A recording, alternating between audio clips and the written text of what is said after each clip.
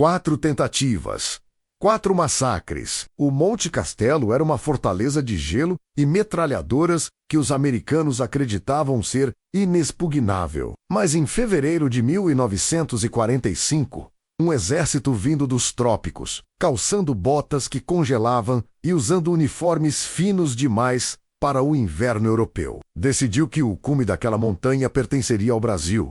Enquanto generais aliados discutiam táticas, os pracinhas criavam sua própria lei, desobedecendo protocolos e enfrentando o inferno branco de peito aberto. Esta é a história de como o Exército de Carnaval deu a maior lição de coragem da Segunda Guerra Mundial. O inverno de 1945 nos Apeninos não era apenas uma estação, era um castigo divino. Para os homens da Força Expedicionária Brasileira, o frio não era um conceito, era uma dor física que moía os ossos e transformava o metal das armas em gelo que queimava as mãos. Diante deles, erguia-se o Monte Castelo, um gigante de pedra dominado pela lendária 232ª Divisão de Infantaria Alemã. Os alemães olhavam para baixo de bunkers aquecidos e seguros, com metralhadoras MG-42, estrategicamente posicionadas para triturar qualquer um que tentasse subir. Os americanos já haviam tentado 4 vezes. Em cada uma delas, recuaram deixando centenas de mortos na encosta. A moral dos aliados estava no chão. Diziam que o castelo era amaldiçoado, que o inverno tornava a subida suicida. No quartel-general, o ceticismo era a regra. Se o exército mais bem equipado do mundo não conseguiu, como esses brasileiros, que muitos viam com desprezo, teriam sucesso, mas o que os americanos chamavam de falta de disciplina brasileira, os pracinhas chamavam de adaptação. O soldado brasileiro não era um robô de guerra, era um sobrevivente nato. Muitos ali vinham da roça, do sertão, de lugares onde a vida já era uma batalha diária. Eles não se importavam com a teoria militar que dizia ser impossível. A maior reclamação nas trincheiras não era o medo da morte, mas a comida. As rações americanas eram frias, sem tempero, estranhas ao paladar de quem cresceu com arroz e feijão. Foi nesse cenário de privação que nasceu a lendária Cozinha Fantasma, desobedecendo ordens diretas de não acender fogueiras para não atrair a artilharia inimiga. Cozinheiros brasileiros se escondiam em cavernas e ruínas, fritando alho e cozinhando feijão sob o nariz dos alemães. O cheiro da comida caseira subia a montanha, e os soldados diziam que aquele aroma dava mais força que qualquer discurso patriótico. A ordem para o ataque final, a Operação Encore, veio em 21 de fevereiro. O céu estava cinza, carregado de neve. O plano era coordenado, mas no solo, a realidade era lama e morte. Os pracinhas do 1º Regimento de Infantaria começaram a subir. Não havia blindados que aguentassem aquele terreno. Era homem contra homem, homem contra montanha. O sargento brasileiro, com os pés quase congelados, olhava para o topo e via apenas os clarões das metralhadoras alemãs. A propaganda de Berlim continuava a dizer que o Brasil não aguentaria o primeiro choque. Mas naquele dia, a cobra não estava apenas fumando, ela estava subindo. O avanço era lento, medido não em metros, mas em perdas humanas. A inclinação do Monte Castelo era traiçoeira, coberta por uma mistura de neve derretida e lama que sugava as botas dos pracinhas. A cada passo, o som das metralhadoras alemãs MG-42, a temida Lurdinha, rasgava o ar com uma cadência assassina. Os americanos, observando de longe com binóculos, não acreditavam no que viam. Sem o apoio maciço de blindados, que estavam atolados na base, os brasileiros faziam o impensável.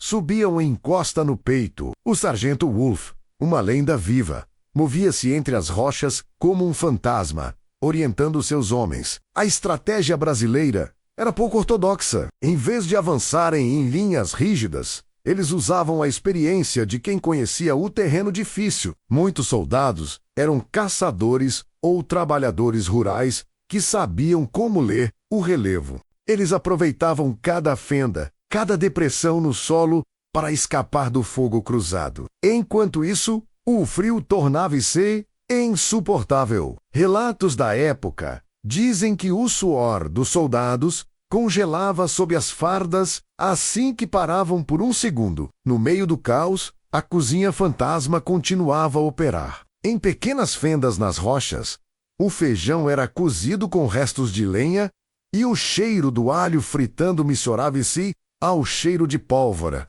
Para o soldado brasileiro, aquele calor no estômago era o que mantinha a sanidade. Era um ato de rebeldia contra a logística fria da guerra. Quando a noite caía e as temperaturas despencavam para 15 graus, abaixo de zero, era a memória do sabor de casa que impedia o espírito de congelar. Os alemães, lá no topo, começavam a sentir que algo era diferente desta vez. Não era apenas mais um ataque aliado. Era uma força que não aceitava o não como resposta.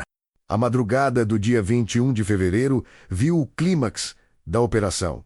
Os brasileiros estavam exaustos, mas o cume estava ao alcance. A ordem era fincar o pé no topo. O general Mascarenhas de Moraes sabia que a honra da FEB estava em jogo. Se falhassem, onde os americanos falharam, a reputação do Brasil na guerra estaria perdida.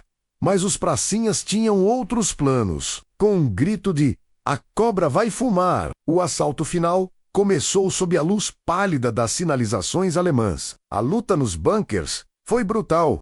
Não havia espaço para táticas complexas. Era combate corpo a corpo, granadas lançadas em buracos estreitos e o brilho das baionetas na escuridão. Os alemães da elite montanhesa, que se consideravam invencíveis naquele cume, viram-se cercados por homens que lutavam com uma ferocidade desesperada. Por volta das 17h30 daquela tarde fria, o impossível aconteceu. O último foco de resistência alemã silenciou.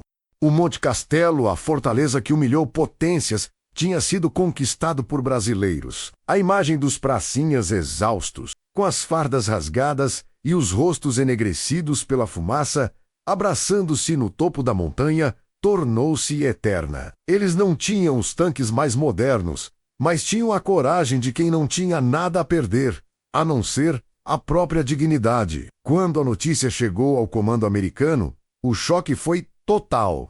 Onde 4 divisões de elite tinham recuado em meses anteriores, os brasileiros tinham vencido em um dia. O respeito que o Brasil ganhou naquele cume mudaria para sempre a forma como o exército aliado via os nossos soldados. O legado de Monte Castelo vai muito além de uma vitória estratégica no mapa da Itália. Foi o momento em que o soldado brasileiro provou que a sua malícia e humanidade eram armas tão poderosas quanto a tecnologia. A vitória custou caro, o sangue brasileiro regou aquela encosta gelada menos.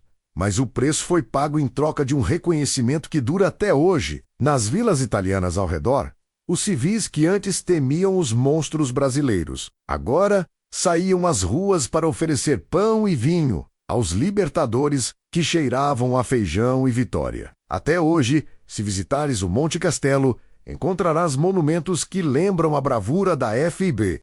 Mas o verdadeiro monumento está na história da cozinha fantasma e na resiliência de homens que enfrentaram o impossível com botas rotas e corações gigantes. Eles provaram ao mundo que a disciplina militar é importante, mas a camaradagem e a vontade de um povo são imbatíveis. Hans, o garoto alemão do nosso vídeo anterior, poderia muito bem ter estado do outro lado desta batalha. Vendo a determinação de um exército que se recusava a cair, a tomada de Monte Castelo é a lição definitiva.